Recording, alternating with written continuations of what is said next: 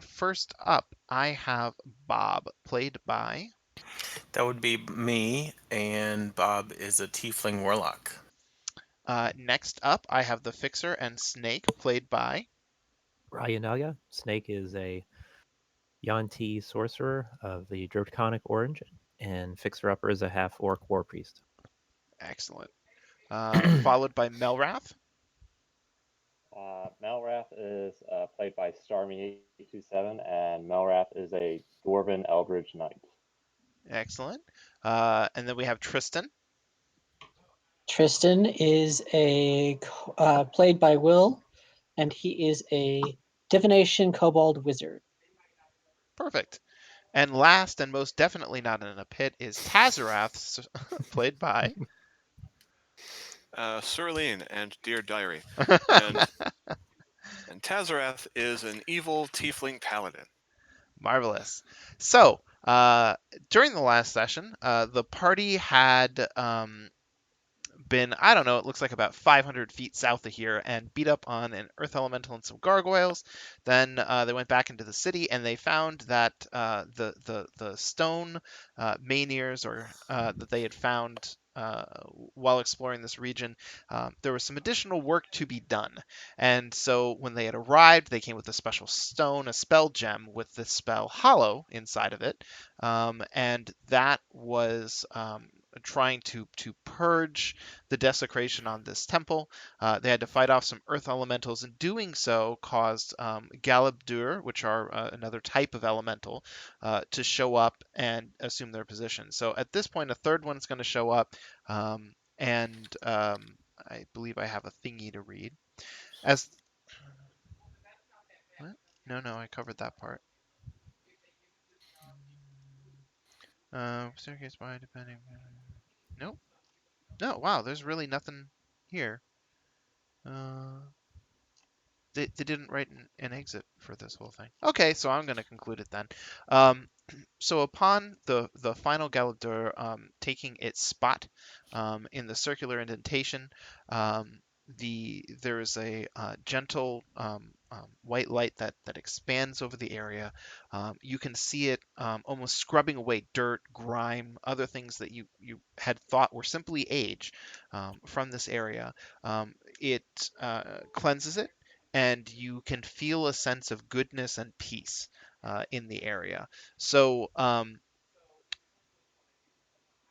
Misclicked. Sorry.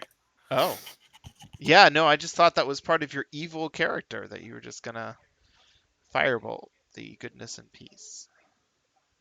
Well, Anyways, I could. you could. Uh, Regardless, you guys have concluded your business in this particular area, and as we were discussing just before the stream began, there are blessings that are going on, and just because they don't come up a ton in D&D, I'm just going to take a split second to cue in anybody else who may be watching. Blessings are another type of reward that can be bestowed. They typically come kind of directly from the gods, but in this particular case, they're coming from a priest who is channeling them on behalf of his deep gnome god. And so there are three that the party gets to choose from. One is a +2 to their Constitution score. If their Constitution score is already at 20, this can bring it to 22, which takes it over the cap. The practical effect is that you get a bonus 6 hit points in addition to hit points every consecutive level thereafter, and a +1 to Constitution saving throws upon which concentration is based. Then you have a +2 to wisdom, which can again push it over the cap to 22. It provides +1 to wisdom saving throws, and clerics gain additional spell bonuses. And any wisdom-based caster does, but I think clerics are the only ones that are based on wisdom. Oh no, druids, clerics and druids. And then the last one is a generic +1 to AC and +1 to all saving throws. And so those are the three options. So I'm going to grab Fargus. I am going to grab Fargus. Come here, you little fucker. Put him right there. What the? Why is he going back? What the? That was strange. Anyways, so this is where the party is currently located in terms of like the overall map. And so you return to this location, and the priest offers you your choice of blessings. So I'm going to go down the list, starting with Tazarath, and let me know what it is you want, and then you can modify your stats appropriately. So I'm actually going to ask the rest of the party for advice. The wisdom doesn't help me at all, Correct. but I'm sort of torn whether I should get more con for more tankiness or get the AC and saves bonuses. I'm leaning towards the AC. So the only reason I could say more con for you is the fact that I'm not sure. Do you have the aura as a paladin to that makes saving throws in? Um, let's see. That's a good question. I don't remember if I have that as a conquest paladin. I do have the um, which gives me and every friendly within 10 feet of me uh, bonus to saving throws equal to my charisma modifier already. So, I was just thinking your paladin's saving throws are things of legends in case you wanted the extra HP. But I would say either works because +1 AC is no small. And technically, if you were to take the Constitution, it would raise your score to 19, which means that at level 8, which is a little ways off, when you reach level 8, you have a choice. You can add +2 to one stat or +1 to two stats. And so you could, in fact, cap out your con to 20 and then your charisma to 18, which would give you a +1 modifier to both stats. okay. Wait a second. To level 8. Are we even at level 7 yet? No, I'm letting you know that at 4, 8, 12, 16, 20 are the stat Okay, improvements. I If was you're just not a wondering. fighter. What's your AC right now? It is a rather sad 17. I would actually say AC because I think I'm about to eclipse you in AC. Yeah. I'm getting very close to you, so yeah, that might be a good idea. Yeah, that's what I was thinking too. I just Yeah, I wanted to noticed you know. were getting hit a lot more than say Starmie's character or mine. So yeah.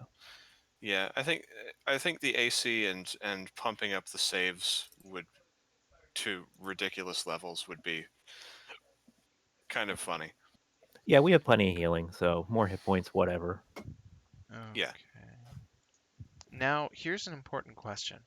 How do I apply the bonus? That's not it. Um, So I see in the combat calc thing, I can apply it if you'd like. well, for your saves, Chris? Mm, good point. Right, that's what I'm trying to figure out how to calculate. I know how to deal with AC because there's magnifying glass there, but Mm-hmm. technically, like, strength is +1. Why? Because his strength score gives him a +1 bonus. Like, I don't see where I can fiddle with the math there. Like, I know it's possible. I could swear I've done it before, but I can't remember how the fuck I did it. And so you guys should all be looking into that, especially if the rest of you are going to be considering. Yeah, I'm looking. Yeah. I'm just gonna look it up. Oh, yeah, that probably is the fastest thing to do. We can all Google. I mean, we could also modify what's it called? The stupid cloak. Oh, you mean, yeah. Okay. Uh, To stop accidental entry or changing the misc mods, you have to hold down Control and roll the mouse wheel over the little plus next to that or the Okay. field. oh, yeah, yep, that works. Okay, cool. So, just out of curiosity. Oh, and it works on AC too. Cool. Yay! Yeah, okay, perfect. So, just that's taken care of. So, Tazarath, you're set. Snake, what will you choose? The same. Okay. Tristan, what do you choose? I already did it. Okay. Melrath, what did you choose? I want to be greedy and have the highest HP, so that con looks nice, but I'm going to take the AC and saving throws. But you get so many more stats. Like you could be at max stats. I could, but no. Okay. Um, Fixer upper, I assume, is going to take wisdom. Yes. Okay. By the way, and this is important for you to know, this +2 will bring you to 18, which means that because you are not already at 20, you cannot exceed the cap of 20. And I just want to be clear on that, like, well in advance. Yeah, and the only 20 I was, or the only 22 I was interested in anyway was strength. So whatever, it's fine. Okay. Yeah. And then, Bob, what will you do? So I'm sorry, I had to run out to grab my dinner, but is this any stat? No. Just This is con or wisdom? con, wisdom, or AC and saves. If it was any stat, I would have taken Dex in a heartbeat. Yep. I don't know why, because, like, Chris, your chainmail doesn't actually give you a dex bonus. Might So I might need some help too. What would benefit me as like me What's your class? warlock? I mean, I have 20 charisma, What's 15 your con, and what's 12 your AC? wisdom. My AC is 16. I mean, I'm not going to use con or wisdom very much, right? The con is for concentration checks. It Are you also Have we gives getting done you this before? 6 additional hit points. Plus, it'll give you a bonus hit point every level. Uh-huh. Yeah. I would go with the Hmm. AC and the saving throws because the benefit of con is this practically the same but worse than the AC and the other saves minus the hit points. Which do you need them? Um, my hit points are 45. Looks like. So you'd be at 51. Yeah. If you're getting hit, there's already a problem with the fight as it is. So Yeah, and plus I I liked that rebuke last time. When you say AC and saves, is it what does that mean? And saves? Is it like all saves or just? yes, All 1 to all saves. saves. Ooh, okay, I'll do that one. So you said 2 to AC, and then 1 to all saves, right? Hmm.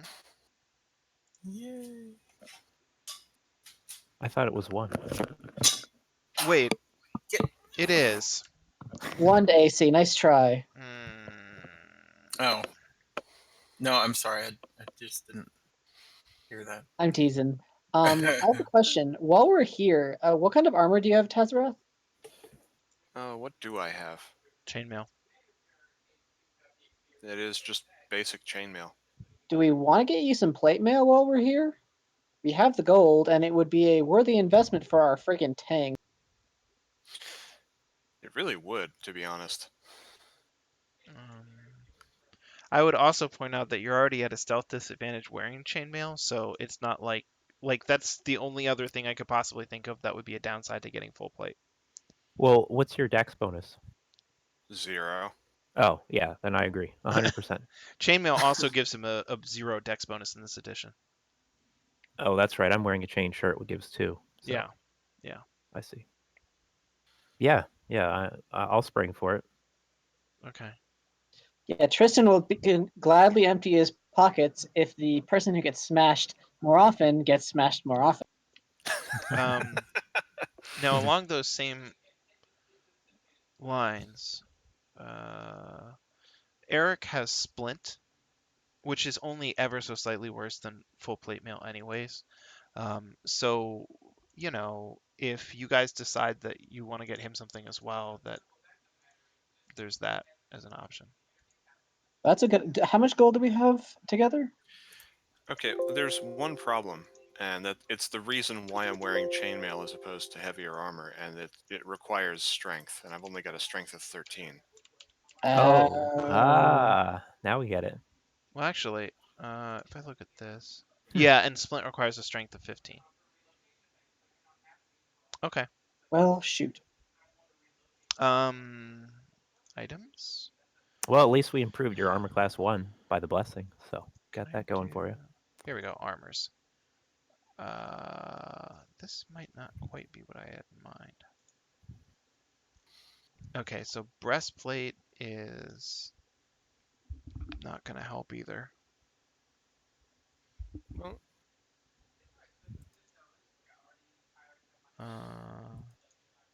No, that's worse as well. I kind of wish I just had that fucking chart right next to me. Yeah, okay. So yeah, there's no upgrade that can be made to you.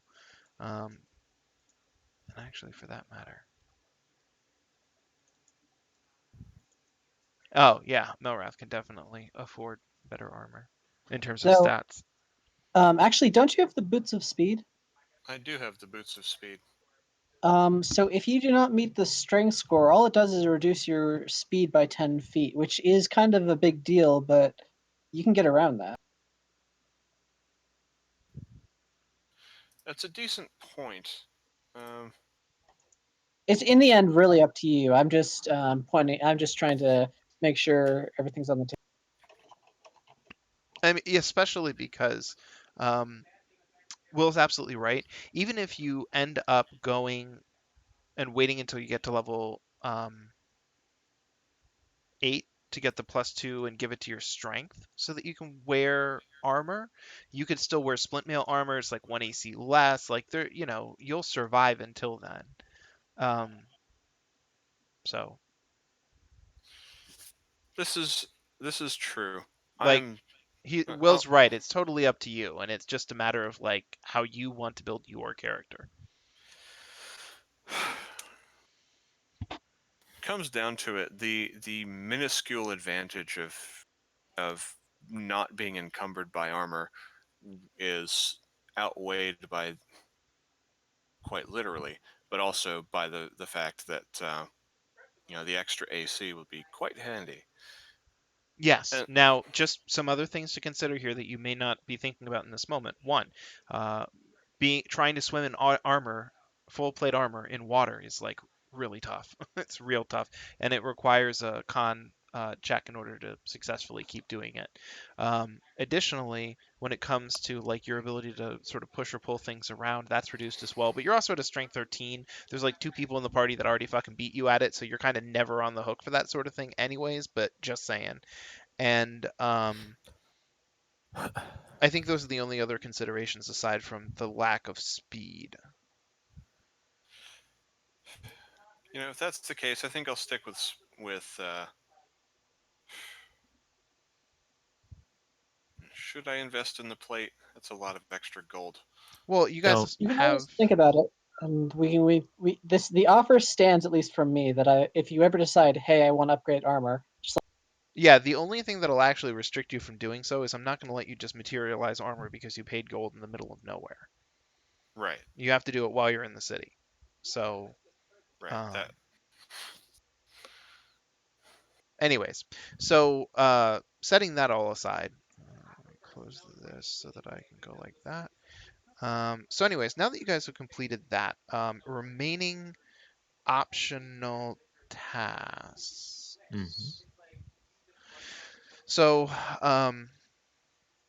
as a reminder, especially if anybody else who's watching is not familiar with our adventures thus far, um, the main reason to do these is that it frees up the deep gnome resources to actually show you how the fuck to get to the surface because they know and they're willing to tell you, but they're also but only if you help them out in the first place, and then they'll reward you on top of like actually showing you the way to the surface. So there are 2 outstanding issues. One is that um, Dorbo and Seni cannot agree on what to do regarding the were-rats. Um, on the one hand, they could exterminate the were-rats, saying that they're too dangerous and unpredictable because of their feral nature to make worthwhile allies, and then immediately move a whole bunch of deep gnomes into that area to free up, some of the nature of being on top of one another with housing at the moment. On the other hand, the were-rats have been here since the drow invasion of the city, and they persisted through the drow invasion. And so they've kind of like defended their home very effectively. And if you have somebody that can stand up to drow and is willing to, and you can get them to ally with you, that probably makes you like really a lot better off. And that's the other side of things. So the question is, go up there and determine whether or not you want to. Oh, let me apply that. Thanks. Yeah. Yeah, to the other 3, I guess. Yes. I think if I go like this, does that kill you or wait, what? I see. Are we about to rest again anyway? Or Uh, well, that hadn't been determined yet, but it's possible. Why did that not?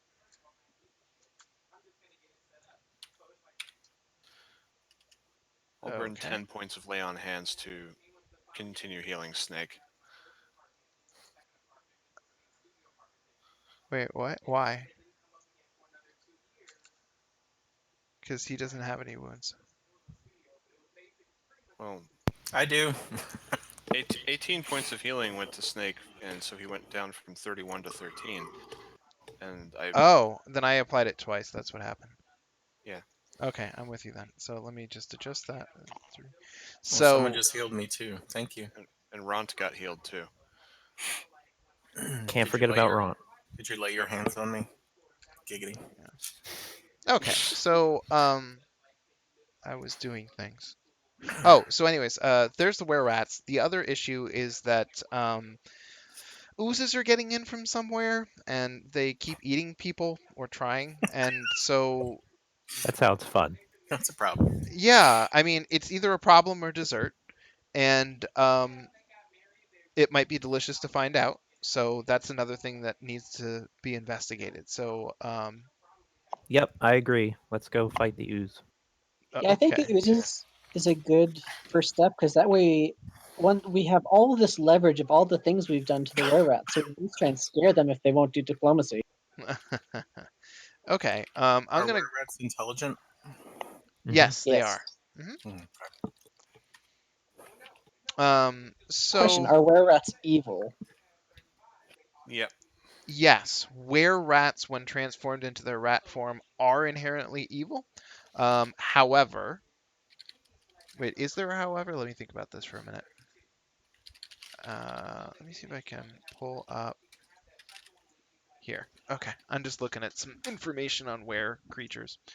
Blah blah blah blah. Let's see.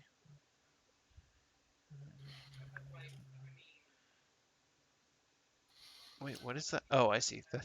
That's the wrong. That's the wrong creature.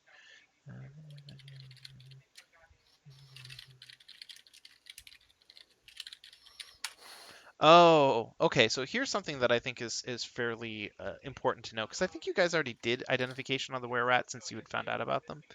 Um, were rats in particular are a little unique among the rest of the were creatures. Like werewolves, as you already know, are extraordinarily violent and they aren't very concerning, like in terms of like who they pass their curse on to. But when it comes to were rats, they often operate an awful lot like a thieves guild, and they tend to only transmit their curse to creatures that they want to induct into the clan. And so, even when they are transformed, they take great care not to pass their curse on to anyone they don't want to have the benefits Hmm. of were ratdom. Hmm. So in a lot of ways, like if there was a werewolf outbreak, with all these deep gnomes, that would be way worse than the fact that they are were rats. So were rats are also lawful evil, which means that at least they will honor agreements, laws, things like that. Um, Hmm. even if they will try to take advantage of those to their own benefit. So I'm trying to see if there's anything else in here worth mentioning. They also apparently make very excellent scouts, according to this, because they're very stealthy. Well, it Okay, sounds like if a decent deal can be forged, they would actually make pretty good allies for the deep gnomes. they could, if they can be trusted. And That that's is actually what you've been sent there to investigate. right. Yeah. So, okay, I'm gonna do a quick vote. I'm pretty sure I already know which way this is gonna go, but just because I like votes. Democracy. X for oozes, check for were rats.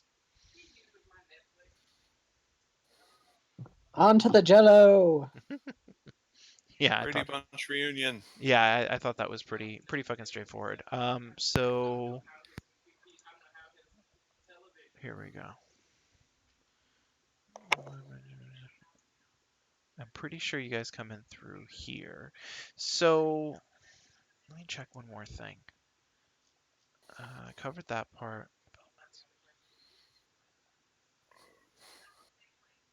Is that here? No. Is that here? No. Okay, I think I've got it all worked out. All right. So once you get, you end up getting some directions to the particular gate that was indicated by um, Dorbo and Seni that leads to the Ooze incursion. As a reminder for you guys, you can see some of it on the map that's already been revealed, but the um, deep domes have used earth elementals to form earthen or stone walls, depending on what was available, to block off certain sections that they considered too dangerous. And you can see that an awful lot around the area that you already investigated. There's some like collapsed rubble nonsense.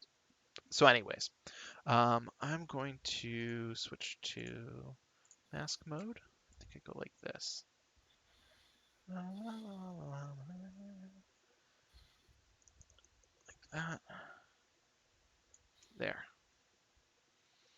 Okay. So once you guys make it to this particular gate, the gate is located in the merchant's area, where you had that gelatinous cube incursion earlier. And so uh, once you arrive, there are several guards that have been, guarding this particular location. They've been deep involved in some sort of discussion on deep gnome literature, some storyline or serial publication, and they are fanboying about the nature of the story and so on and so forth.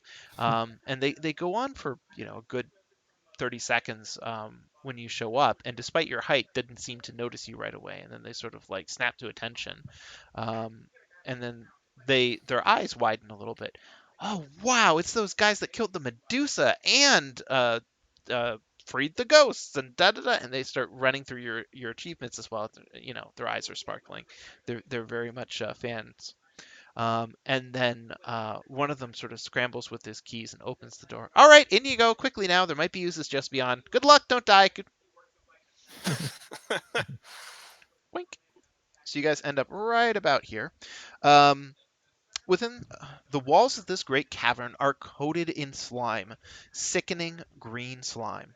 Echoes of dripping water also fill the cave, and in the center of which is a large spherical structure that is held up off the floor by stone pillars. Around these pillars crawl dozens of living oozes, heaving forward while reaching out with grasping pseudopods. The sphere's surface, like the cave walls, is covered with slime. Black slime swirls with yellow and gray slime in a disgusting soup. The unearthly patterns in the movements of the slime are straining your eyes and tugging at your mind. A disembodied voice fills the cave. What's this? What's this? Visitors? Now? No, not yet. We're not ready.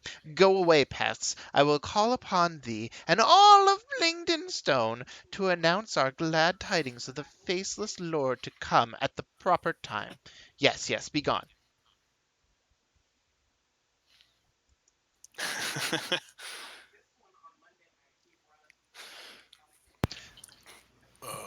Goody? No. did yeah, you just lightning bolted the thing while it was talking. No, sorry, I was missed it. You better make sure that didn't count off your spell slot. I'll check. Thank you. Yeah. Um, Now, as you can see, um, there are a number of different passageways sort of leading off from here. So it is possible to go around if you don't necessarily want to risk um, fiddling with this thing. But Well, before we yeah, determine that, could I do an Arcana check? sure. Is there particular information you're trying to gather? I'm trying to figure out what the hell that is. Okay.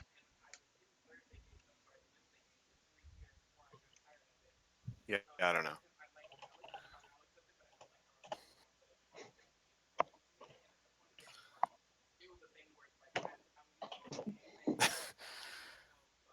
Pretty colors. Okay. So let me see here. I'm trying to see what information I have on this. Uh-huh, uh-huh.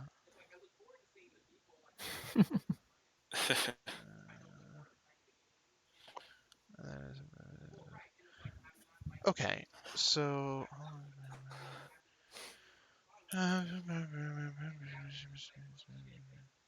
yeah, that shouldn't. There actually isn't an awful lot of information on this, so I'm gonna ad lib a little bit. Um, so um, this structure is unusual even by deep gnome standards.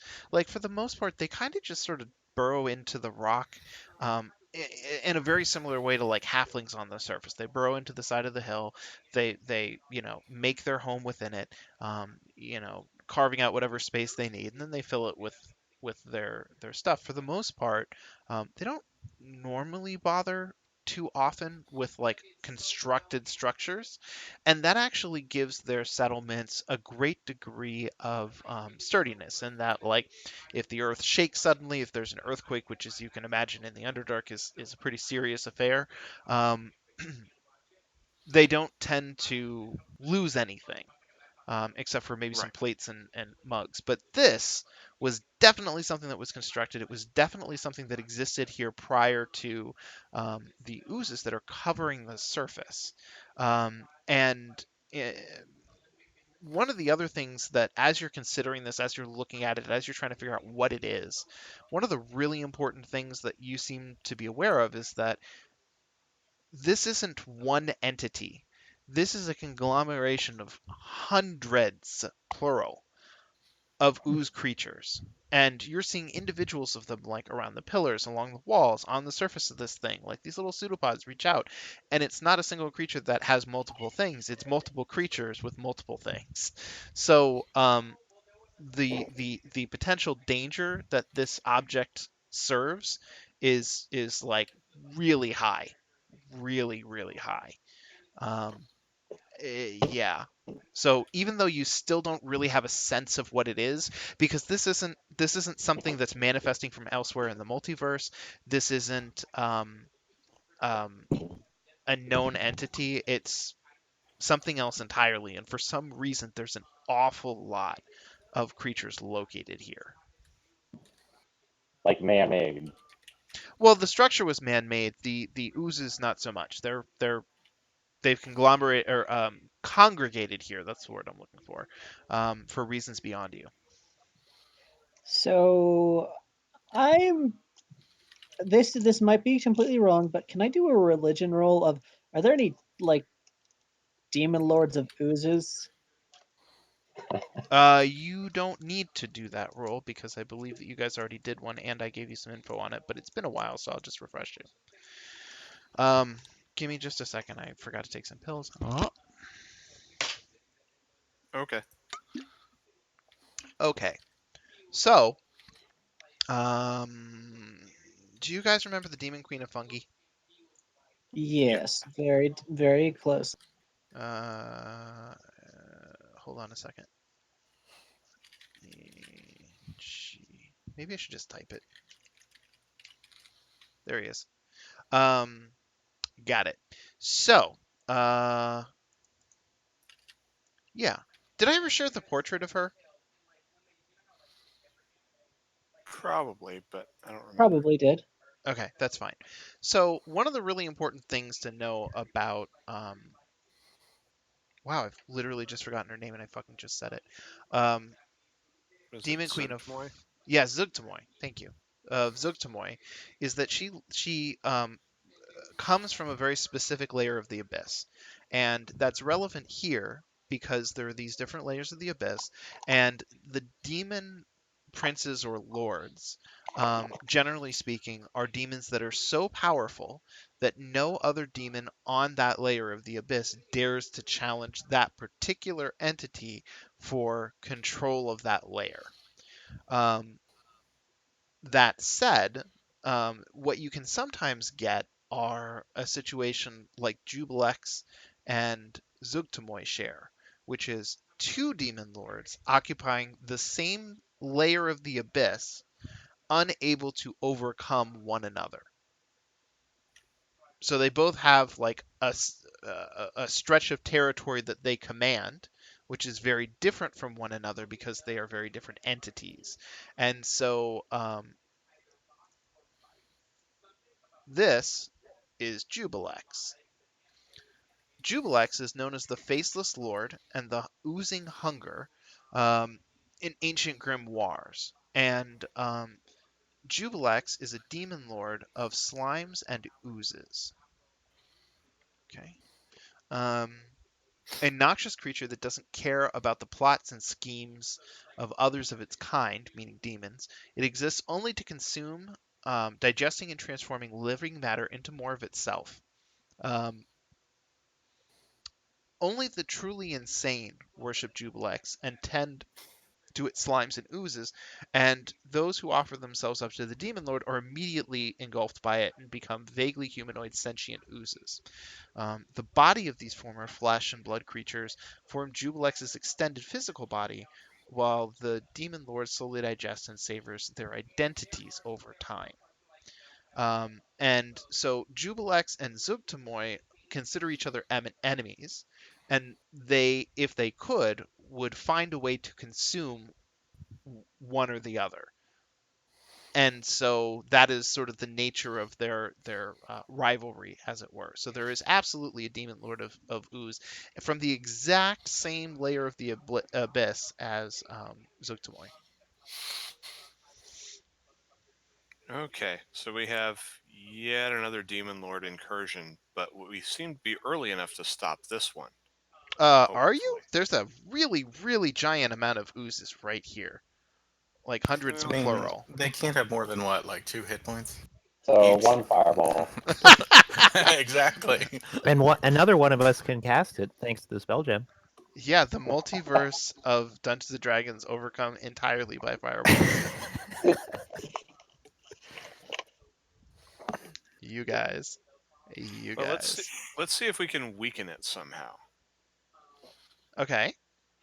All right, I'm all ears. What exactly are you going to attempt to do that might potentially draw the attention of every single of the hundreds of oozes in this place?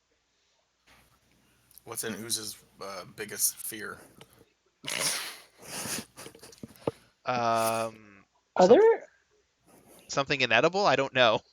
You are have there no other idea. hallways leading out of here, or is this just a closed room? Oh no, like maybe it's not clear on the map. No, there's absolutely here. I'm gonna draw a circle.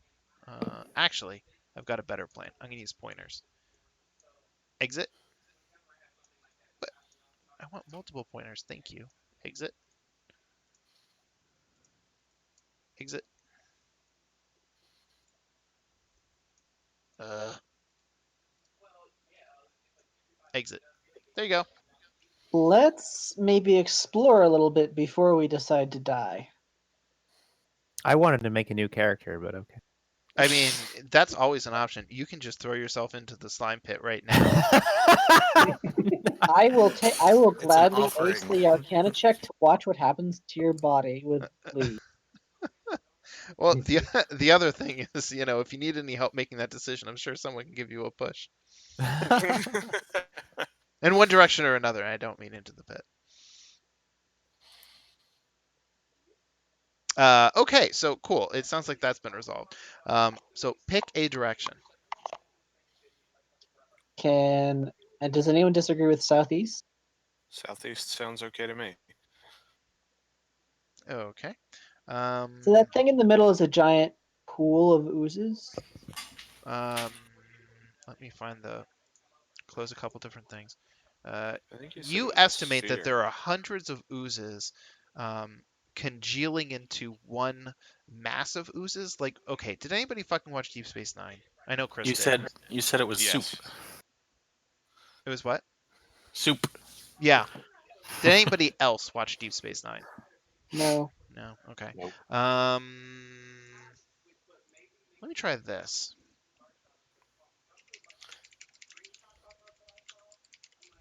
You don't get any gold-plated latinum for not watching it. Yeah, I'm gonna grab a quick image. Maybe this will help explain things. That does not in any way make it clear.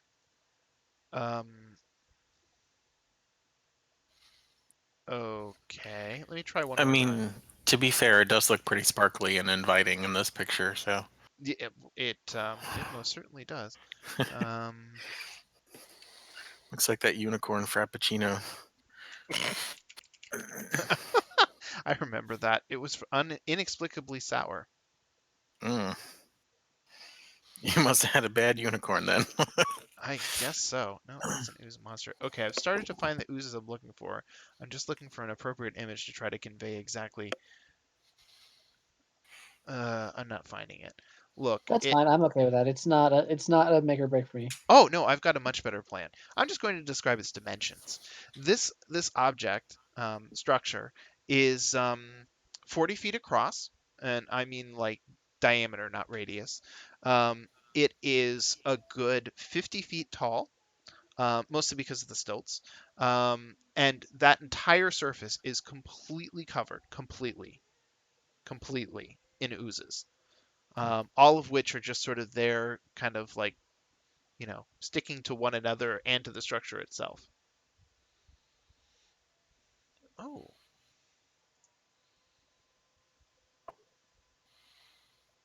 huh. Interesting. Yeah, so Well, that's a lot. So moving on. let's very carefully stroll around the gigantic ooze orb. Grab Fargus, plop him on which one of these things you want to investigate. Perfect. All right, so I'm going to I kind of go. wanted to make a druid, but okay. You can more than welcome. Like none of stop you. I just want to sacrifice somebody else's character though, Why so don't I you don't just know. play I 3 mean, characters? yeah, there you go. I like the way you think. Okay. Or you can have Fixer Upper go to the surface and the rest of us will continue or something like that, Yeah. if there's Yeah. continuing. So ultimately, what I'm going to have happen is I'm going to move you guys to about here, just because I want to. Here's how I'm going to run this. You guys make it to about this point. There's multiple different directions to go explore. So from here, you kind of come down here, come down into here, find that this is kind of a dead end by coming over to here, come back up to about here. And I do all of this because there are some oozes in the area. I mean, for the most part, you guys are just kind of giving them, birth because none of them are explicitly lunging for you. They all seem unusually docile. Like normally, oozes have a body heat sense or blind sense, depending on how the game wants to, technically call it senses. Mhm. And they tend to just sort of go for whatever living creature comes within, you know, 30, 40 feet of them. But that isn't the case here. They're here, they're congregating, but they're not really lunging for you. So that gives you an opportunity to explore in a way that you might not be able to in any other ooze infested place. Um, so I'm going to move these, or I'm not going to move anything at all. Close that. There we go. Now it lets me. Please, please cooperate. Thank you. And then I'm going to go like this. That to here. So I've removed the arrows to the two other locations that you can explore. The rest of the space that you've explored, like it's been blocked off. There's a couple of oozes that there's a pool of water down there, and there's some sort of floating on the surface and clinging to the walls. But yeah, there's nothing of substance down that way. There's no structures. There's no corpses. There's no armor or anything else. Now you did see some signs of battle, but the signs of battle like the ones that you encountered before you came to Blingstone are a little bit different in that, there's fireball scorch marks. You saw those. Well, you can see some of the areas that the oozes have passed over those fireball scorch marks because it's like somebody erased just a big chunk of it, you know? Mhm. So, Okay. anyways. So grab Fargus, move him to either one of the multiple arrows. You can even go back into the big sphere room if you care to. 1, 2, 3, or 4. Okay. 4.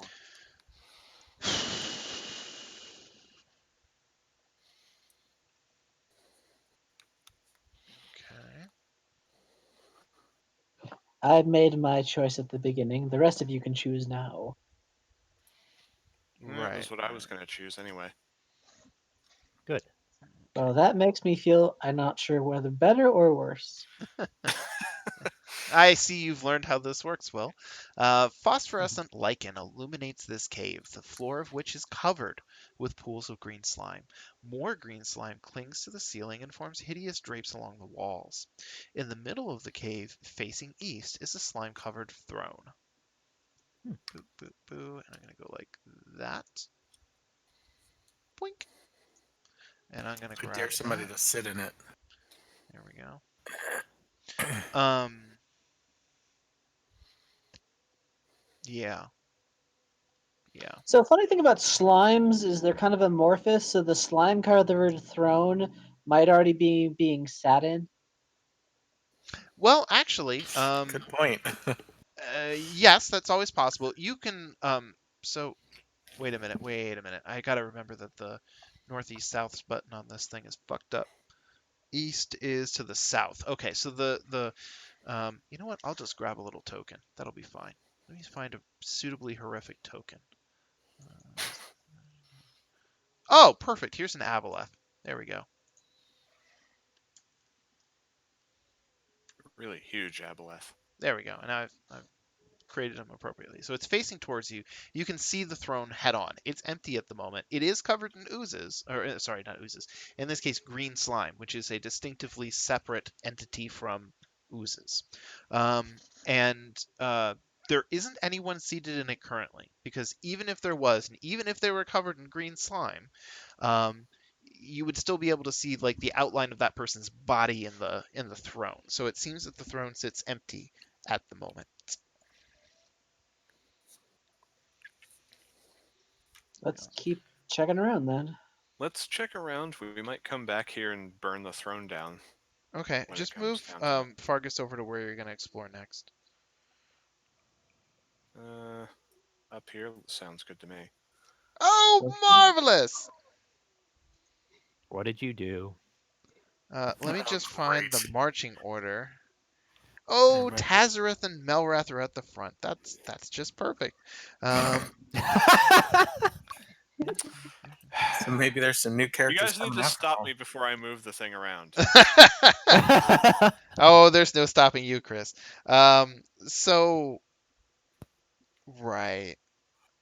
Let me just pull that up. Avoid. Okay. Okay, so I've got what I need.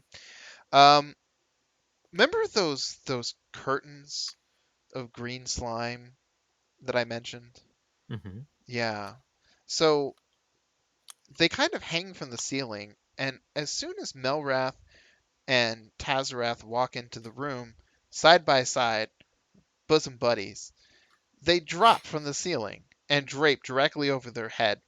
And upon doing so, um, wait a minute. Yeah, here it is. And upon doing so, the two of them each end up taking. Okay. We should run and leave them here, shouldn't we? Oh, I mean, it's perfect time because you've just seen it drop out of their heads. Now, fortunately, it doesn't land perfectly on them, uh, but Tazarath ends up taking 2 hit points of acid damage, and Melrath ends up taking 2 more. Now, that said, it doesn't land perfectly square on you, but the green slime very quickly sort of like sinks into the armor that you're wearing, and it becomes very difficult to pull it out because you're kind of pulling it out through like in between the plates of your armor and Kiss's case, in between the individual links of his chainmail, and you can hear, everyone can hear, and if you're not covered in it, see that the creature is attempting to eat the armor that you're wearing. Um, so Sorry. now, based on how this kind of worked, I would also point out that anybody that comes into physical contact, like if Bob were to reach over with his bare hands and try to pull it off, he would also Nope. take acid damage from doing Nope. so. Bob's not doing that. Actually, funnily enough, I think as being like the casters are the best bet, like the best thing here, because I don't think most of us are wearing armor. Yes. I can also tell you that based on the view of the room that you had, like, there's tons of this stuff on the ceiling. So, you guys have stopped right about here, and Tazarath and Melrath are in a bad way, and they may start to suffocate if you don't help them get this thing off or kill it. About face, reverse march, free the tanks. Yeah, so it's also going to be very difficult to kind of lead them a bit because they're blind and deaf Well, as a result of having these things fall over their heads. can Hmm?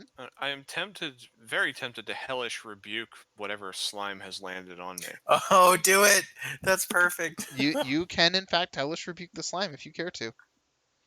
Will that splatter it all over everyone else too? But wait, will that burn him since the slime's all over him? No, he's immune to his own flames. That's part of the hellish rebuke.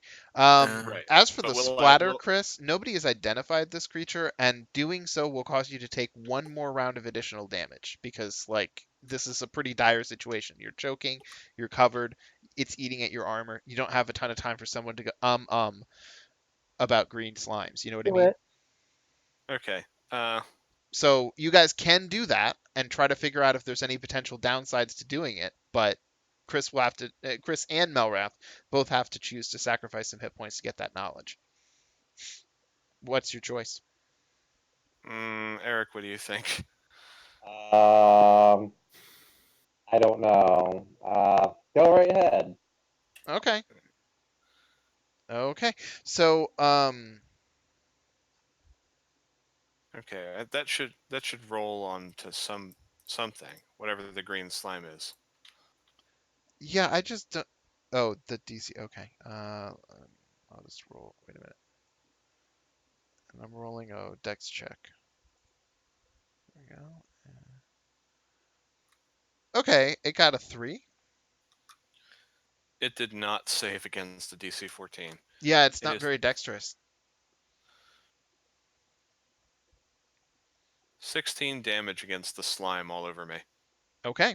The flames that explode out from your body immediately cause the green slime to evaporate, curl up, and be destroyed.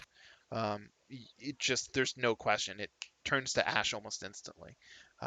It was nowhere near strong enough to survive the hellish rebuke.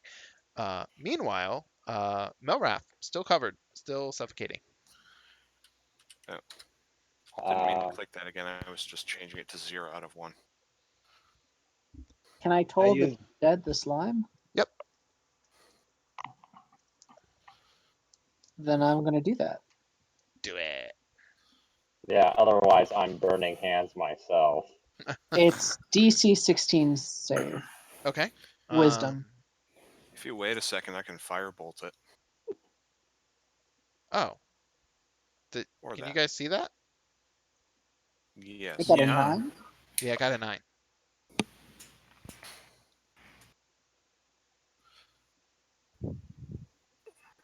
Marvelous. Dong. Your ancient Tibetan bell appears, and when it gongs right over Melrath's head. Somehow the gong does not affect Melrath himself, who has in fact taken damage, but it does affect the slime. And upon doing so, the slime too evaporates rapidly. It did not seem to stand up very well to any kind of attack whatsoever. So they're free. Next, Arcana check. That was funny. It just spun in a circle on my screen. Yeah, I Okay. noticed that. Anybody else? I want to get all those Arcana checks in right now. Yeah.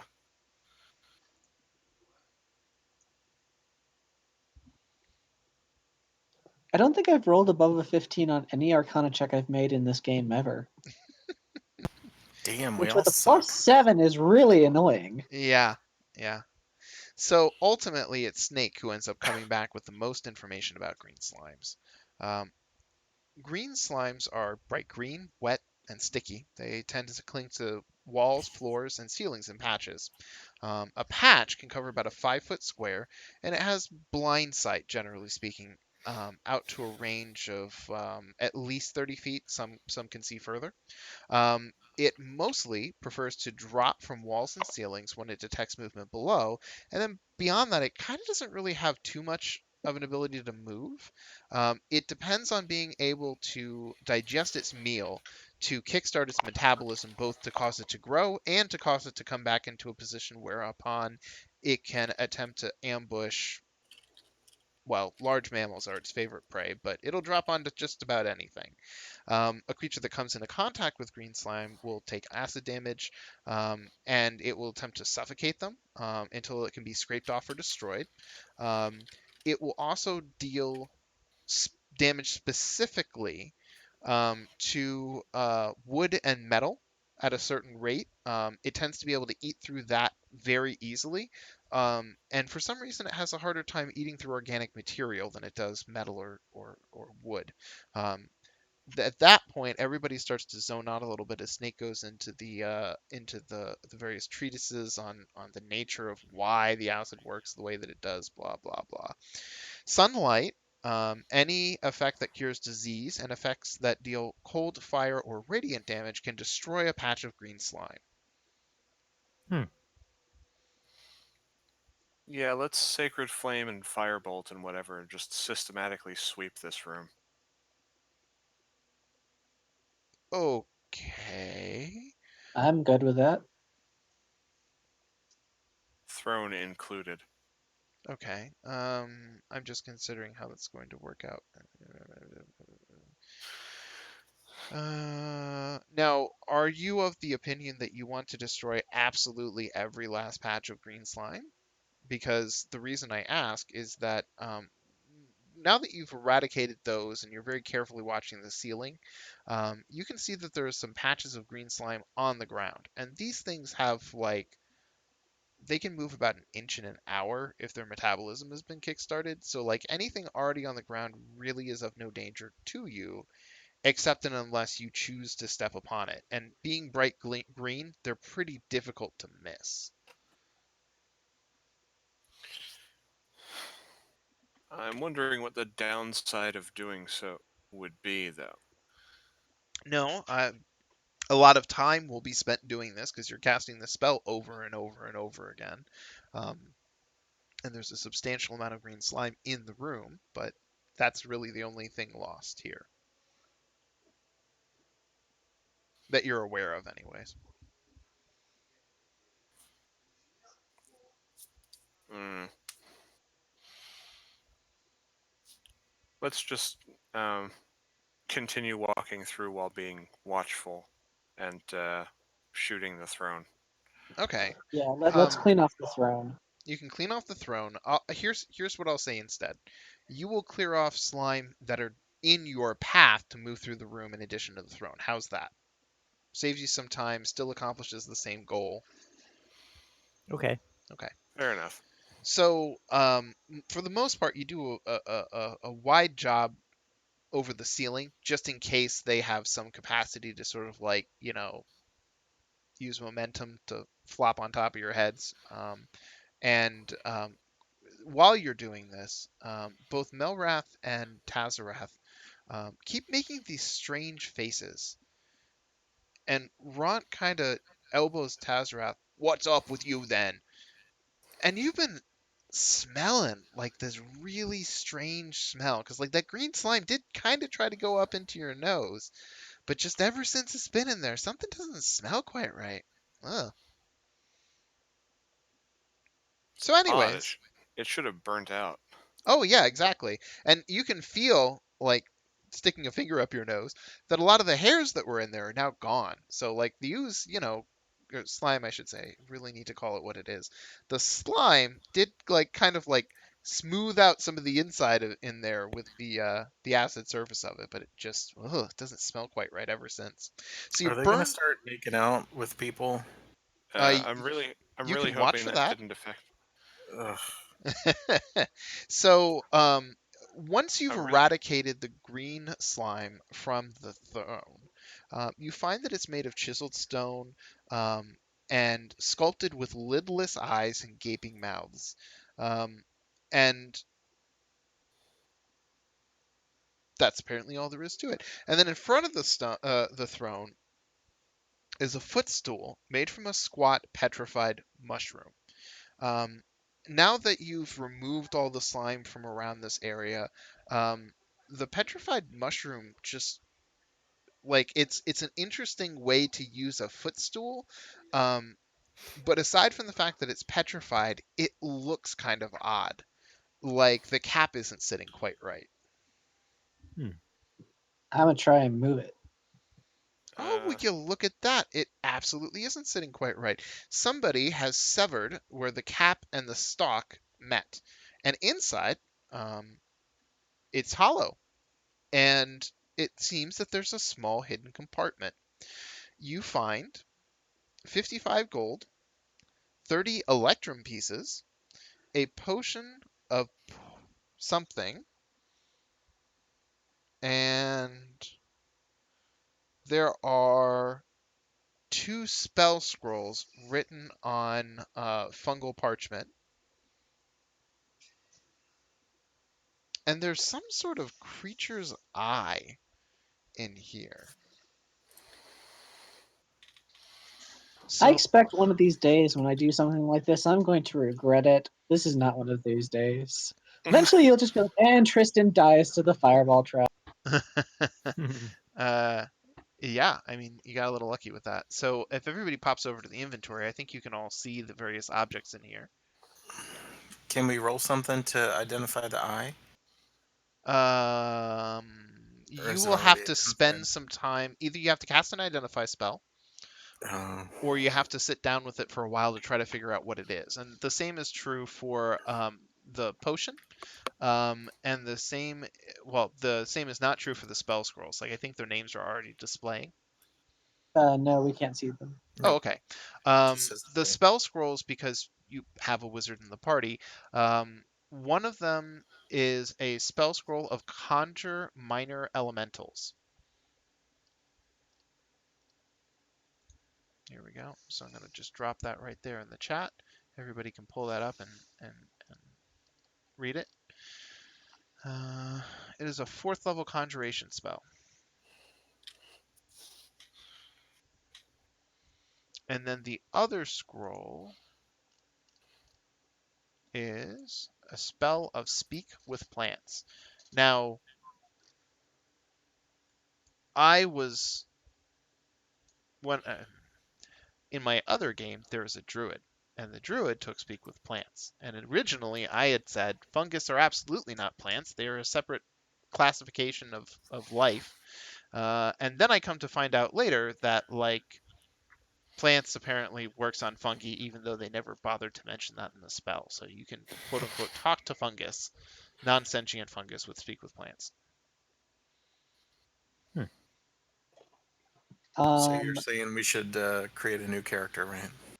It's, so I can ritual cast identify on the potion and the eye. you can. Yeah,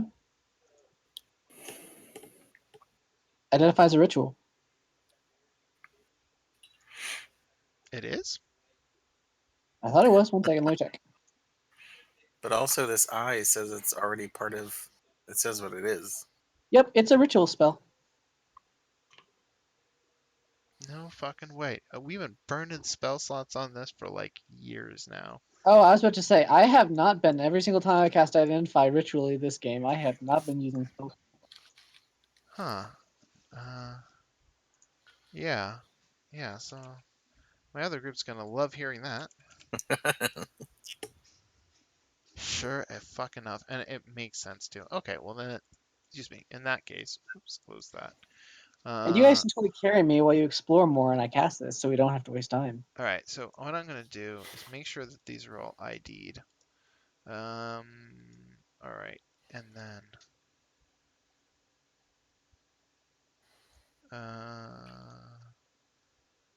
give me just a second.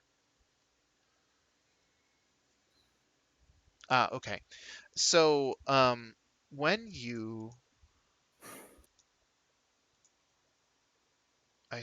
I see how they handled it. Okay. And then this goes to 0. please destroy? Why will this not go away? There we go. Okay, and then close that and open this and ID it. There we go. So you cast Identify on the various objects. You find, all the spell scrolls are what you knew they were. The eyeball belonged to a creature called a Nothic. And I'm actually going to bring one up because I like being able to share pictures.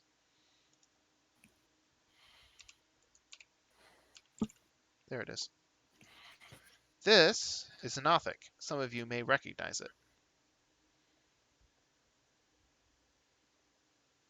That's a big ol' eyeball. It is, and that is exactly what you are staring at. Now, this particular eyeball is capable of, while touching it, you can cast the Scrying spell with a spell save of DC 17. While scrying with the Nothic Eye, you have True Sight with a radius of 120 feet centered on the spell's sensor. And so here's the spell for scrying. The Nothic Eye of True Seeing loses its magical properties and becomes inert after one use.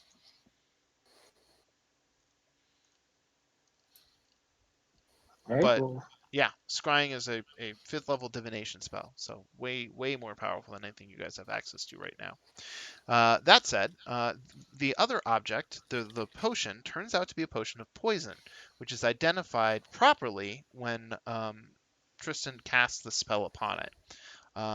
It looks, smells, and even tastes like a potion of healing. However, it is actually poison masked by illusion magic. If you drink it, you will take 3d6 poison damage, and you have to take a con saving throw or take the status effect poison. And then at the start of each of your turns while you're poisoned, you take additional damage, and you have to repeat the saving throw. And yeah, you have to decrease the poison saving throw or the poison damage by succeeding on saving throws. It's like really nasty. It's a very dangerous potion. And no, it doesn't actually do anything unless you can get someone to consume it. So you can't throw it at Or if you someone. toss it into or you toss it onto a orb.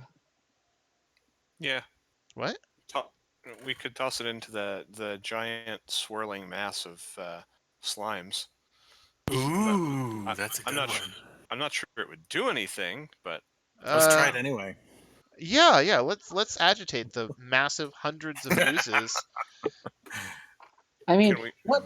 This is all over. I just suggest multi-fireballing the sucker, closing the door behind us, and being like, "Oh, please, please, please, please." I mean, Just tell the. I've never had a total party kill, but I've always wanted one. So, anyways, I'm just gonna Let's do distribute it. these objects. I think Tristan is probably gonna, as the divination dude, going to want that potion of truth, or the Eye of True Seeing. I think Tristan also is probably gonna want that conjure minor elementals, unless somebody else specifically wants it because they wouldn't normally be casting things. Nope, I'm good. I'll take that as a no. And then, does anybody want the Speak with Plants scroll? All right, it's going to Bob. I can speak to everything else. Why not? Yeah, and I'm putting the potion of poison on you as well. There, bam. Actually, do we have a bard or a ranger or no? No. No. No. Okay, so I don't think anyone can even use that scroll. All right, so as soon Hey, as I get the potion, I'm gonna run over and throw it in the orb. Will, I need you to add 1 gold piece to your character sheet. Sure. Thanks. Right, I'll get right on that. So, let's see here. Are you guys going to continue exploring, or? Of course. Yeah. Okay. Are you coming through the back of this cave, or are you going to go back into the other area? Let's slowly and carefully go through the back of this cave. Okay. I would say. Link. Make sure you're going first too. I'm just going to go like this. There we go. Okay. Something exploded. Exploded. It looks like it. Yeah, on the map. The sound of dripping water fills this dark cave, and various oozes slither across the walls and floor. Some sort of fungal wall or partition once divided this cave, but the barrier has been destroyed, and beyond it lies more wreckage and debris that has been scoured clean by the oozes. There are dozens of oozes that inhabit this cavern. But like the other oozes, they haven't made any move to attack you. Hmm.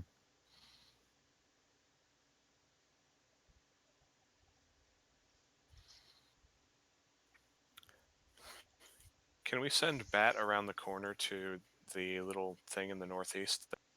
Sure, I'm okay with him flying over there. You mean that? Okay. So Yeah, That no, that's answers that. fair. So Bat takes a fly around.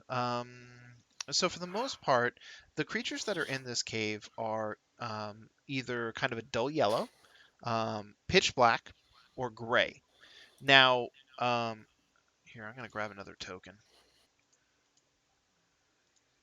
Is this one? Let me grab. Ooh, Allosaurus. Perfect. I'll use that.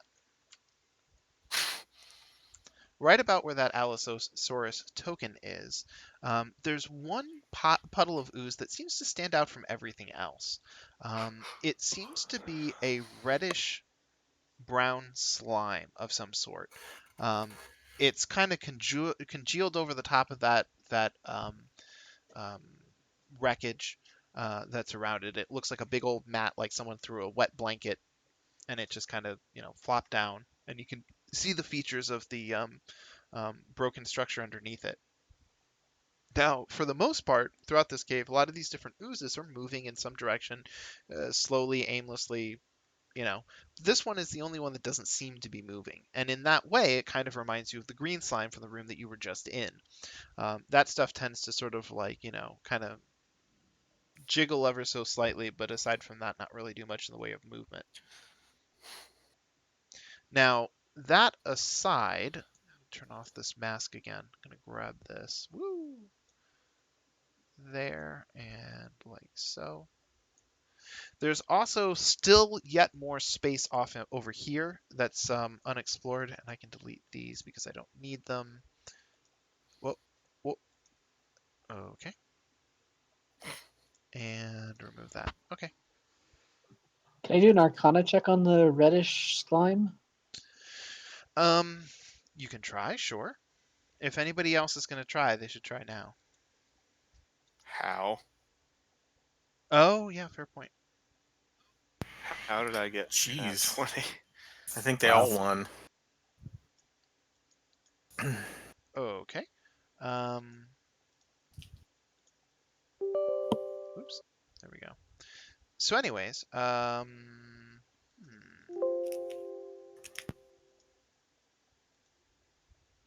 give me a second longer. There we go. So you studied this creature for a while, and of course this is mostly at a distance. Um, you're a little confused. It seems like it might be some sort of variant on the green slime, but you've never heard of reddish brown slime before. And it's also unusual because with all of these other oozes, there, are multiple black creatures around, there are multiple gray creatures around, there are multiple orange, there are multiple green, or sorry, not orange, ochre, I should say. Um, and with all of these other creatures, there's just multiple copies of them, and this is the only reddish brown patch that you find. Now, there's also a hazard that you've heard of in dungeons before called wow, I've suddenly forgotten one. Brown mold. And brown mold sounds pretty fucking harmless, except that it has this very sudden and violent reaction to sources of heat, like, say, body temperature, where it will suddenly explode in growth in the direction of that heat source, extinguishing it and causing significant amounts of cold damage. And so this creature bears a resemblance to it in color. Um, but it's very clearly a slime, so maybe it's some sort of merge between these two things, but as far as you can tell, you've never seen a creature like this before or heard of one. Should we throw a fireball at it? See what happens? No. That would cause, if it was what I described, that would cause Right. the entire place to instantly fill with brown. Um, I already forgot what I called it. I keep wanting to call it Mold. moss. Brown, Mold, brown yes. mold. Which would then cause it to be close enough to grow onto you. Let's I check out mean, the. Let's go back and around and check out that final room, and then we'll leave the brown thing for last. Okay. Do you all agree? Yeah, Yeah, that I don't sounds want to okay. deal with the brown thing right now. okay. So I'm gonna drag Farkas from point to point to point so you can see him travel. So he's gonna move to here, and you guys are gonna move to here, and you're gonna move to here. So at this point, grab, go like, I want to go like about like that, and then like that. And then I'm going to start moving some of these pointers around. Turn off mask mode. There we go. Boink and boink. And then move Forgus for a second so that I can move this to here. Okay, so once you guys start to get to this area, there is a sudden and marked drop-off of oozes in this location. There is, however, interestingly enough, um, a fair amount of refuse, trash, that seems to be making an awful stench. It is primarily, and you're not located here, I'm just using it to indicate it. Right up here, there's a big, big refuse pile. Um, and it, it it seems strange because even though you know that there are plenty of deep gnomes here, and surely like any other species, they must have their dumping grounds. Um, it's inside of a barred off area, and oozes and slimes generally grow from, eating organic matter, and to have a giant old pile of it so close to this ooze's ground strikes you as odd.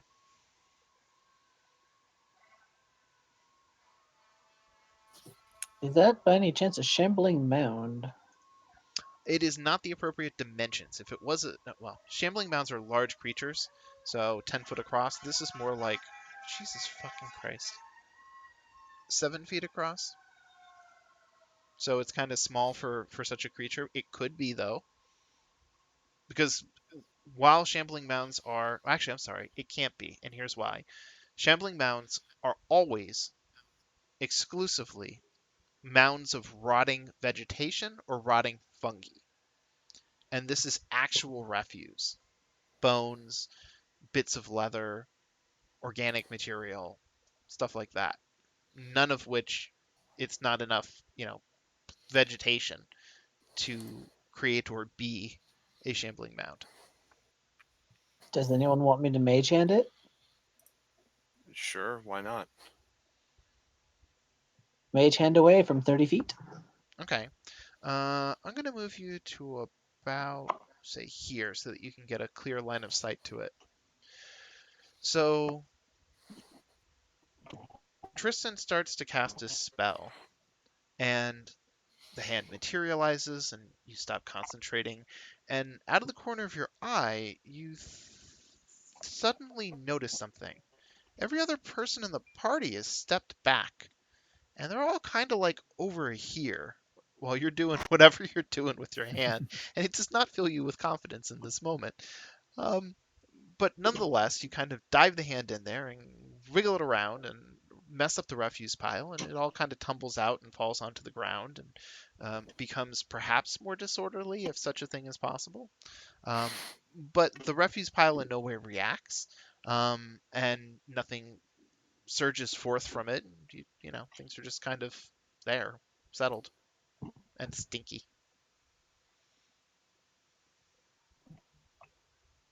Wait, Mhm. you said that according to our view, the the north sort of western door Yeah. or the northernish door was the way to the rat place. Yes.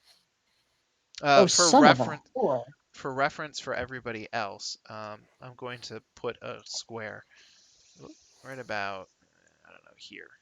This particular area leads to the rats.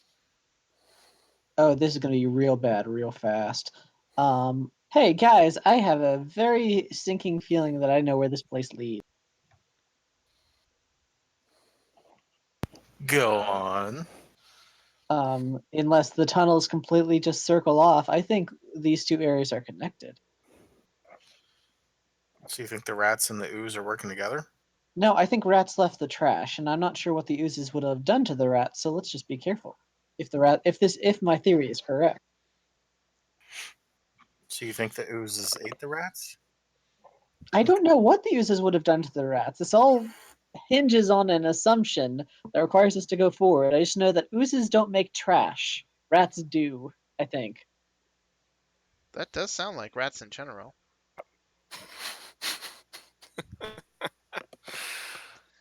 So what will you do then? I Let's say go. let's Yeah. after you. No, I want to let him speak because I talk too much. Oh, okay. Oh, well, I was gonna say, yeah, let's go forward. Okay. Just pick one of the two arrows. I really don't care which. Just pick one. Top is fine for me. What do you guys think? I like tops. Okay. Giggity. So okay. Give me just a second.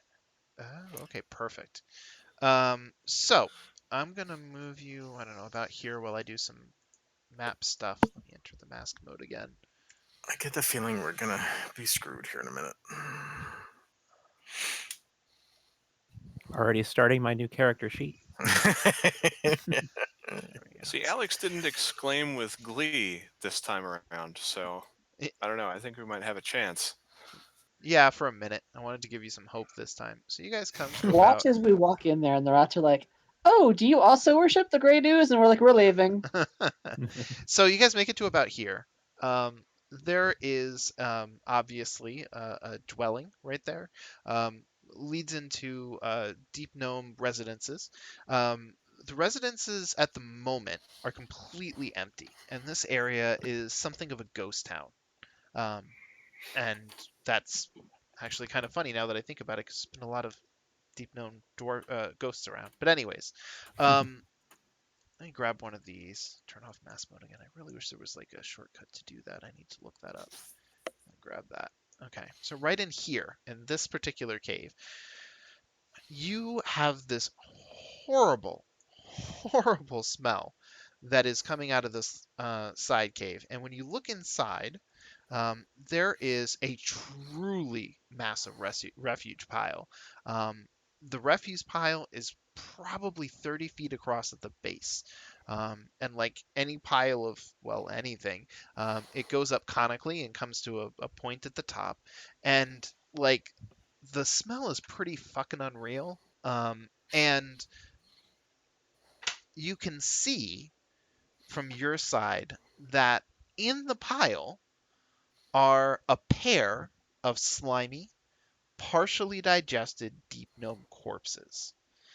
In fact, it looks like some green slime and maybe some other oozes had gotten a hold of them and are currently in the process of digesting them and turning them into more ooze or slime material. Um, you don't see any other corpses in there, but yeah. I cast detect magic on the pile. Okay. Having Anything interesting in there? having cast detect magic, um, you don't sense that there's any particular magic in here. Oozes are not inherently magical creatures. Um, and so it's not like they had any magical items on them, I guess is the information you gain. You don't sense any sources of magic. That's all I really want to convey. Okay, that's fine. Okay. Um, so at this point, it's kind of obvious that if you're going to keep um, exploring, you're going to be headed to this area next. So I'm going to go like that should do. I'm going to have a teeny little bit to clean up about here. There we go.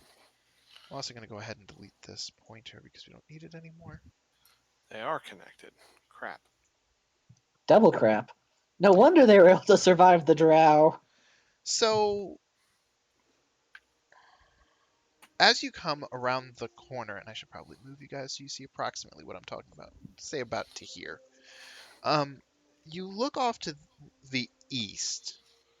which still fucks with my head, to the east, and you can see the backside of the closed off walls to this section of the rat warrens. Um, and so, huh,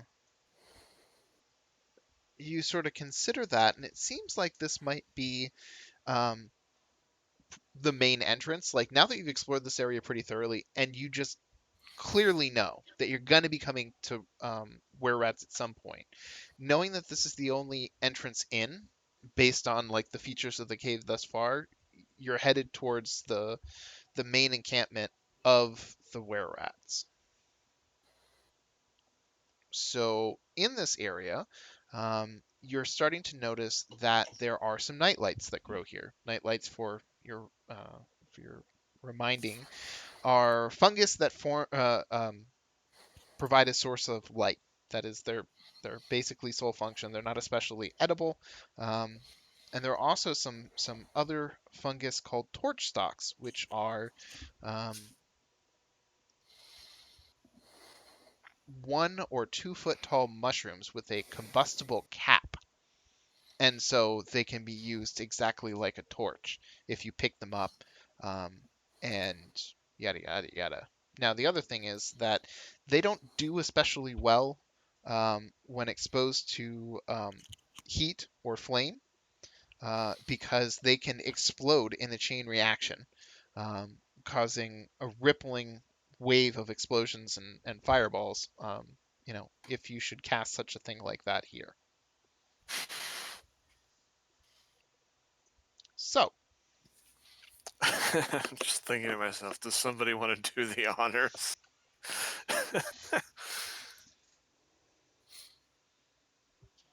I uh, mean, we could flush them out that way. you would make a Now, terrible ruckus doing so. now let's. Let's attempt to be oh shit. You said that the only people who worship the ooze god are absolutely bonkers, right? Yes. Eh, Well, to as far as you know, I mean, if there's anybody that's sane, they aren't common, if that makes sense. eh, Let's judge their sanity first, and then. Huh. okay. Okay. So, um, right. So I take it that you guys are going to just head off over here because where else can you go? Wait, I'm already in mask mode. Go like this. So once you start coming up to about, say, here, um, you can see that there's kind of the side of an embankment. There's a plateau that goes up a fair bit, and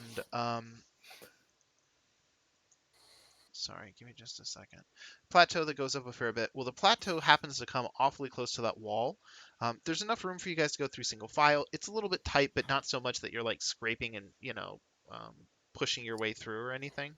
Um, but anyways, uh, sorry, give me just a second. There. Okay. So, how do I do this? Sorry, I'm looking for one piece of information.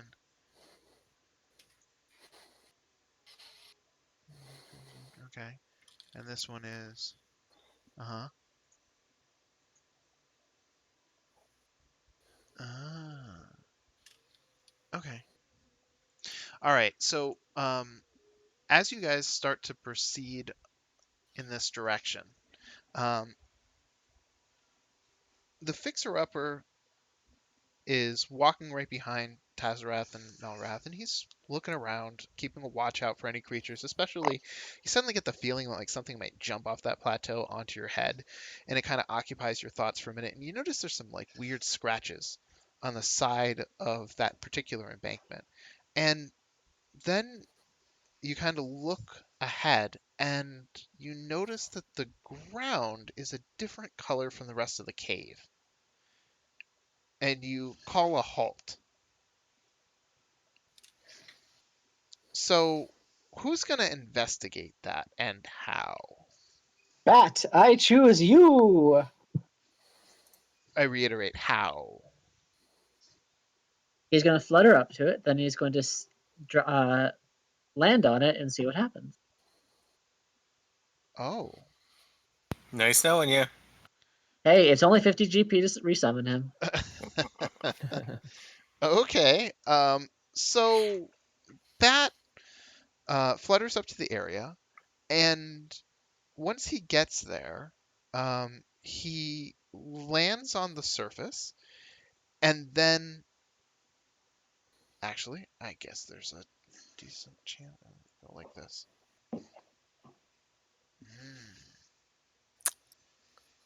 Okay. Okay. What, Chris? I'm saying okay. Oh.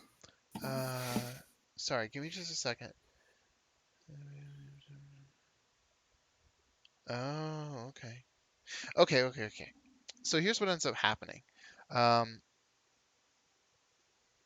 Now that I understand better, when Bat lands on the surface, um, it bows a teeny bit because Bat isn't especially heavy. Um, and then suddenly it seems like the floor vanishes from underneath him. And you're really kind of stunned to see this. I mean, you had an idea that there was something wrong, but this door leads down into a spiked pit trap. And the really noteworthy thing about the spiked pit trap is look on the map at the area in which it fills. And I'm going to draw a little tiny, and then relocate that to here. It covers that area, and so the door of the pit trap is very carefully fitted to contour into that space. And it is really lucky that the fixer-upper is just naturally so perceptive. Because if he wasn't, you guys never would have suspected that there would have been something like that occupying a space like that. Because normally you think of these things and they're square because they have to be for the mechanism and all this and that. Well, now that the door is open, Bat has ample time to respond because, of course, it is a flying creature. Um, so I rolled a dexterity check, and he, was able to sort of react and take flight, and he's fine. And so he flutters back to Tristan, and um, the trap actually you can hear a fairly um, delicate internal mechanism go ka-chunk, ka-chunk, ka-chunk, ka-chunk. Not especially loudly, but you're listening because you know it's there, and it resets the floor, and everything kind of snaps back into position. Now, being aware of this, and being as naturally perceptive as the fixer-upper is, you actually think you have a pretty decent idea of how this thing works.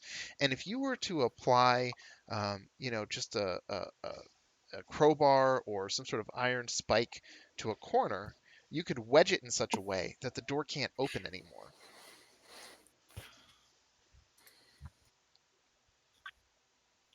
So you're saying we should do that? I still think Yes. that's a good idea. Yeah. Why not? So you guys are able to wedge that space in there, and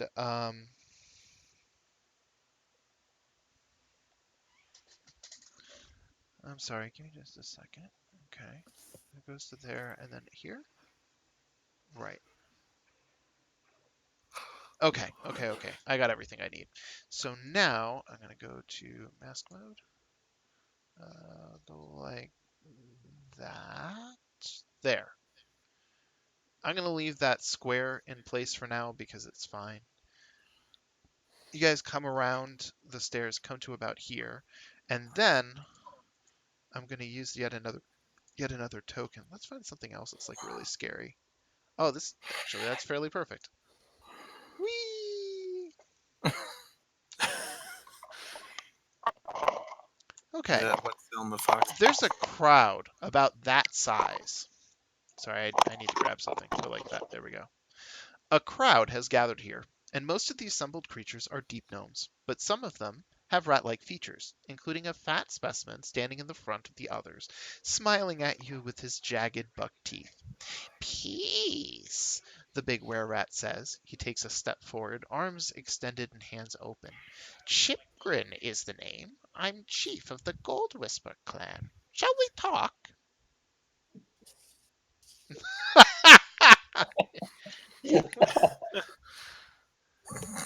Now, Uh, to give you guys a better sense, when I say small or crowd, it the actual text says small crowd, but the actual information for me, the DM, says 40. 40 does not seem like a small number of were No. rats to me, so Oh. I disagree with that. But I want you to have a sense that there, in addition to the one that has identified himself as Chipgrin, there are 40 deep gnomes here, presumably all were rats. Um, and so he gestures towards the stairs that you guys are next to, um, and smiles again with his big buck teeth. Will you cooperate? That's what we're here to do. Negotiate, Okay. if it's possible. So you nod and make your way up the stairs.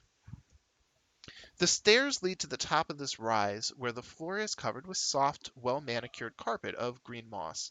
The were rat chief sits on a stone chair flanked by two giant rats. Now, draped over the chair's back is a cave badger pelt. Um, let's get down to brass hobnobs then. You were sent by the Digger Maddox because they want us out, right? Right? Well, they might get their wish soon enough, but they ain't likely to cheer about it. you Wait, don't like that the slimes are here either, do you? Well, no. No, no. The oozes are just as dangerous to us as they are to them, but for the most part, they haven't actually bothered us too much. It mostly seems that they just see ya.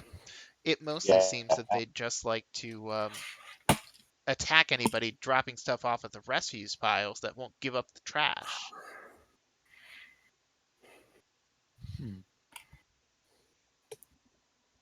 so we were actually sent to see if we could make a deal with you if it was possible. But you say that, well, you said they might get their wish soon enough as far as you guys leaving. What do you mean? Where are you going? Or am I Um, mis or am I misunderstanding? I'm checking.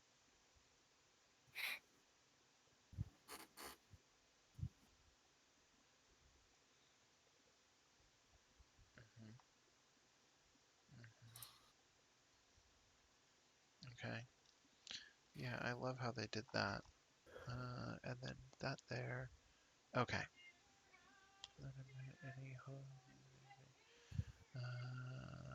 Okay. So, with all of these oozes that are in the area, they keep encroaching closer to the settlement, and we've been intentionally leaving refuse piles a fair bit away from the camp, both because they smell and we have sensitive noses, and also because it at least keeps them in one place. But if they keep looking for the source of all this refuse, they're going to manage to pick off more and more of us. Now, at this point, as long as we've been here, the number of oozes in that direction seem to be pretty much unending. So I'd rather not have them chip away at us with the deep gnomes so far to the so close to the south as well. They might decide to just try to overwhelm whatever's left of us at any moment. I don't trust them. They've been greedier and greedier lately. They weren't always like that, you know. Um, but whatever's affecting them doesn't seem to be affecting us for some reason. I bet that our curse has something to do with it. However, if if you're willing, I might be willing to provide a little bit of information to try to strike a bargain so that we can keep our area if they swear to leave us alone. We might even be willing to ally with them in rare circumstances. That was what we were actually here to determine. So They are actually in the midst of debates as to which of those two things to do, and that was a correct um, supposition.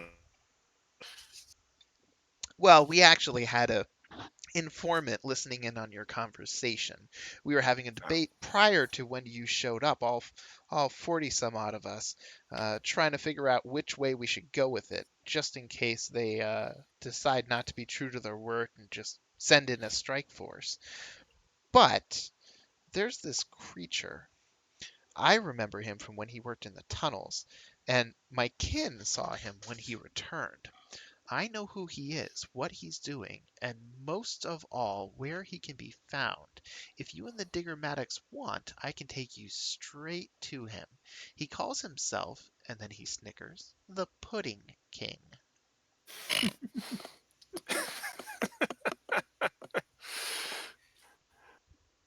Uh, We've all been having a good laugh at his expense for the past week or so, ever since we discovered the little traitor. He's deep gnome, just like us, and he sits on some slime-covered throne, but for some reason the things don't consume him. He seems to have some modicum of control over them, or he's insane and he just happens to be immune to oozes for whatever reason. well, we did do quite a number on his throne as we passed through that area, but we didn't run into any Pudding King himself. Um, That's not entirely true. I was gonna say, or did we? or Wait, did we? was he the one who talked and then we couldn't find him? Yes, a disembodied voice fills the cave. What's this? What's Mm. this? Ah, Yeah. So you never actually saw him, but you certainly did hear from them. Now, at this point, once Chipgrin provides that bit of information, you guys snicker just like he does. His mood suddenly changes very sharply, um, and he's not angry per se, but it makes him seem like he suddenly may have overplayed his hand a bit. And he says, "Well, if you want more information, then you have to arrange a meeting with the Digger Maddox and swear our safety there and back. Then we'll give you more information about this Pudding King." And then he sort of lifts up his lip in a sneer and looks at you over the bridge of his nose. I'm curious, what do you guys get out of this? Well, if there are no Uh, more oozes, we get to keep our dens. And, I mean, it wouldn't be all bad to kind of cooperate with the deep gnomes. If they had a more established presence here, we could actually, well, between you and us and not you and them, uh, we used to run the Thieves Guild here. It was a very profitable nature. We had some of the best homes in the area with all the wealth that we managed to secure from them. So Now, why don't I'll your certain go on. so why don't you just reintegrate some of your less obvious kin back into the city? Because the instant one of us turns, they're going to go apeshit, and it'll end poorly for whoever was involved. We generally would prefer to sort of stick together as a group. And, again, if their settlement thrives, our settlement thrives, and that's good enough for us for now.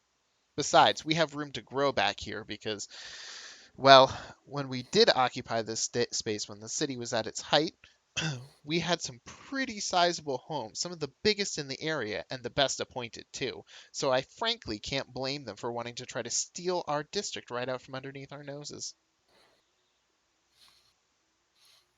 well, they've got another district to work on right now. We just cleared that. The what would that be? The northeastern district. There was spirit in there called Ogremok's Bane, and it took a bit of doing to banish that thing. Oh, they do love their earth elementals, don't they? I personally think that it's inadequacy fears on their own part. He sniggers. So if lay out the terms of what exactly you want. You want the ability to go back into the city and have to be able to coexist peacefully. Is that all? We want a guarantee. Well, wait. I don't necessarily think that you have bad intentions, but I don't necessarily want to overplay my hand prior to these negotiations. So I'd really prefer for you to set something up with the Digger Maddox, and if you want to be present, then that's fine by me. That sounds agreeable. Um, where? Well, we'll talk with them first. See if we can set up the wheres and whens of the meeting, if there or if there's to be one. All right, that sounds fine to me. We should be able to hear you. Why don't you just snap your fingers twice in the air if they agree? Sure. Sounds good. Okay. So at this point, give me just a second. Well, then I'll encourage you to stick around and see what comes from all this chit chat and howdy do. Let me just move down here.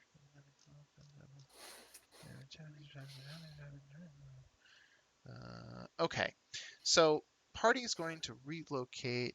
Doing a time check, we're good.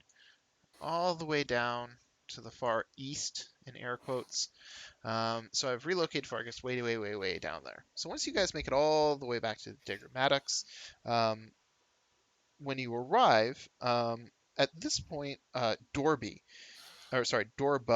is deep in the middle of some sort of meat sandwich. He's got something like loaf of bread is bigger than his head. It's stuffed to the brim with some sort of cooked meat, and he's barely a quarter of the way through it. And like there's juices dripping down his chin, and he's just having a heavenly time, and he is tearing that thing apart. So Senny comes over, and she looks almost a little queasy, and she mutters conspiratorially, "You'd think after 10 years I'd be used to watching him eat, but it's a horror show every time." Welcome back. I see you're still alive. That seems to be something that you excel at, and a handy skill if I say so myself. What have you been up to? So we wound up exploring the northwestern caverns, the slime-covered caverns, and well, there's some sort of a giant ooze thing. Um, I'm not sure what the word for that is. Pulsating, coruscating. Neither of those is the right word. Wait, Um, wait, wait. I'm so sorry. Roll that back for me for a second. When we set up that gate, it was just a cave. There was nothing in there except for an old structure and some moist walls. What's all this about oozes? well, that's where the oozes are coming from. There are a whole bunch of them in there, and a couple rooms back, there's this weird slime-covered throne. Well, it was slime-covered. We uh, had a little bit of target practice with firebolts against it. Um, When you say th- there's a bunch, how many is a bunch? we're talking hundreds. Hundreds? Are you like at that point? Dorbo drops his sandwich in the background. Hundreds? That's twice as many oozes as there are for every man, woman, and child in this city. Jesus Christ! Well, not entirely anymore if we get to the actual content of our discussion. Indeed. The We also found out that those caves loop back around to where the were-rats are living, and good news, they seem amenable to a deal if you're willing to go for it. But we, Senny looks so smug right now, like it's just dripping off of her, and Dorbo scowls, and he said, "Oh, so they were reasonable, huh? Well, Extremely. um, fine, fine, hun, I submit. Look, at this point, we can use all the help we can get." And he, grabs he uses his fingers and kind of massages his forehead back and forth a bit. We'll talk to them and give them a fair hearing. Now, I already heard you snap, so we'll just carry through with that particular action. You snap twice. It appears that Chipgrin and three other armed were-wrath to the teats teeth, snicker, appear. They come running up the stairwell, and they must have followed you back inside the settlement. Um, Chipgrin smiles broadly. Why, hello, Dorbo, Senny. Good to see you. So they settle in and they go into negotiations over this, and actually, it really doesn't take an awful lot of time. Chipgrin admits right off the bat that the oozes are something that really needs to be handled, and he actually doesn't have a terribly difficult time managing to convince Dorbo to let them keep their space, um, because the entire argument comes settles around the idea of, well, come and take it from us then. And Dorbo blanches at that proposal and decides to let them keep the space they already occupy. So at this point, give me just a second because I got to locate something here.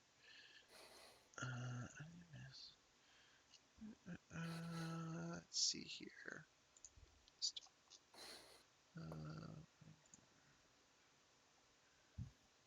Is this it? Nope. You know what? I'm just going to use the book. I'm tired of trying to figure out how they arranged it in this module. Ouch.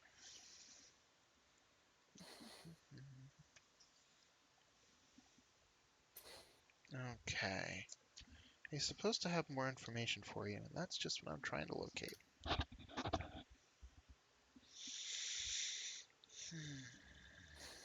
Okay. Right. Covered that.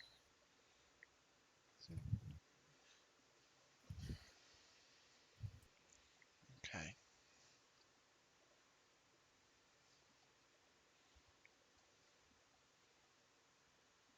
Ah, I see. Okay. Covered that. Covered that. Right. So at this point, um, Chipgrin actually ends up backing up a lot of what you had to say about the quantity of oozes. And, even though he's already agreed to cooperate, he just points out, mostly to drive it home, and also probably to see the look on Dorbo's face. The settlement doesn't stand any chance as long as all of our factions are divided. And now, thanks to the lack of Ogremok's Bane, those earth elementals that you've been stockpiling to do all of your dirty work, they're probably going to be pretty integral. But it's still going to take all of them, including these adventurers, to see if we can make it through this in one piece without becoming ooze food. Now, I can tell you with great certainty that the Pudding King is actually a fair bit more perilous than he might seem. He manages to command the oozes as if they were intelligent, and the were-rats are willing to participate in battle, and we'll back up any deep gnome militia that you send in there alongside this group of adventurers who have ingratiated themselves to you. That reminds me, because you completed essentially two different tasks, the oozes and the fucking were-rats, the probability of you failing is about 20%. So I think I'm actually just gonna roll a quick thing. Yeah, that's what I thought. The charisma check that I had been having you guys make before, I just rolled it for you for the sake of expediency. You guys are now considered allies of Blingdenstone. What this officially means is that the city, as long as they don't have to go exceptionally far outside of their way, is willing to offer you aid, is willing to offer you shelter, and that means against other forces like drow that might be in the area, or upset Gauntlgrim dwarves. Oh, I'm sorry, not Gauntlgrim. Gracklstugh, the deep dwarves. So for the rest of the adventure, you can consider Blingdenstone a literal safe haven from the rest of the Underdark. No questions asked. Great. Awesome. It also means that once this nonsense with the Pudding King is resolved, they'll be willing to lead you to the surface now. Oh, so I know we're running up against time, so I'm not going to go into anything too much further, but I'm just going to give you a quick sense of some of the factions that are going to be involved in trying to clear out this oozy threat. So you already know the Diggramatics. They have the entire city behind them. Um, if you guys can get to the Pudding King and destroy him, the Oozes might be reduced to their typically mindless and disorganized state, Seni postulates. Um, and so we might be able to muster a large force to serve as a distraction while you sneak in from an alternate route. Um, Now, Dorbo, on the other hand, wants the main force to attack um, from that temple that you guys recently hallowed. Since the Earth Elementals can go into that space, they can actually clear away that wall and come in. I think that's from the east, heading towards the west, and come in sort of around the backside, and maybe they can surround that gelatinous sphere and sort of prevent it from assisting or further invading or slipping out through any of those myriad of passageways you mentioned. Now, the Gold Whisker Rat Clan,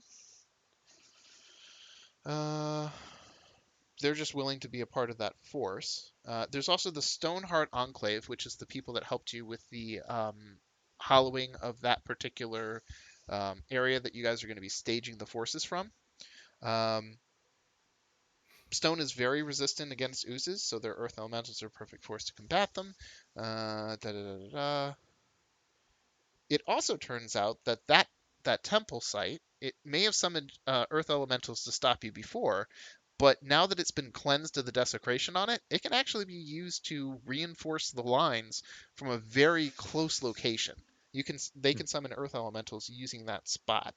So now that that's been cleared out, it is a big plus um, in your favor on this battle. Ah, now, do you guys remember Kazook Pickshine? No. He the one that we delivered stuff to? Yeah, the spell gems. Oh, okay. Spell gem guy. Yeah. It turns out that he can concoct an oil to protect weapons and armor from acid corrosion. Hmm. Um, and so he describes a variety of different type of fungus, and it turns out that you guys have a whole bunch of it and have been using it as food supplies. So donating a section of it, he can combine some of the various kind of oils within that can be used to coat not just your weapons, but the weapons of everybody else that might be fighting in this group. Were rats, the deep gnomes themselves. Now, the last thing is as you guys are discussing and sort of planning exactly how you're going to assemble this force and carry out your assault, um, I don't know if you remember him, but there was a deep gnome ghost named Burrow Warden Yadgar, and he was the one that had you guys clear out some of the more hostile spirits and put others to rest. Well, Hmm. since he used to be part of this town's defense back when it was a town, he was a captain of the guard essentially. He has convinced the other ghosts um, to rally to the aid of Blingdenstone and join the battle. Oh, wow. So these ghosts, of course, can pass through things and can in fact inflict damage upon oozes, as it were. Hmm. So everything's kind of coming together. Now, in order to rid Blingdenstone um, of the Pudding King, you've already covered all of those things. I think what I'll do at this point is we'll leave it here because I think the next thing to do is if you guys have any additional things that you think might help, plans, strategies, things like that, it would be more productive to do that at the beginning of the session rather than count on you guys to remember into next week. Okay. Fair Um, enough. Now, there's one last thing that I want to say, which is not related to the module directly. Next week, we have a game, but the week after that, I will be flying back from San Francisco, and we will not have a game that Monday. I Okay. will remind you of Okay. this at the beginning of the next session, but I wanted to make sure that I mentioned it just in case. So that is the 29th. There will be no game. All right. Okay. Okay. So thank you guys so much for playing.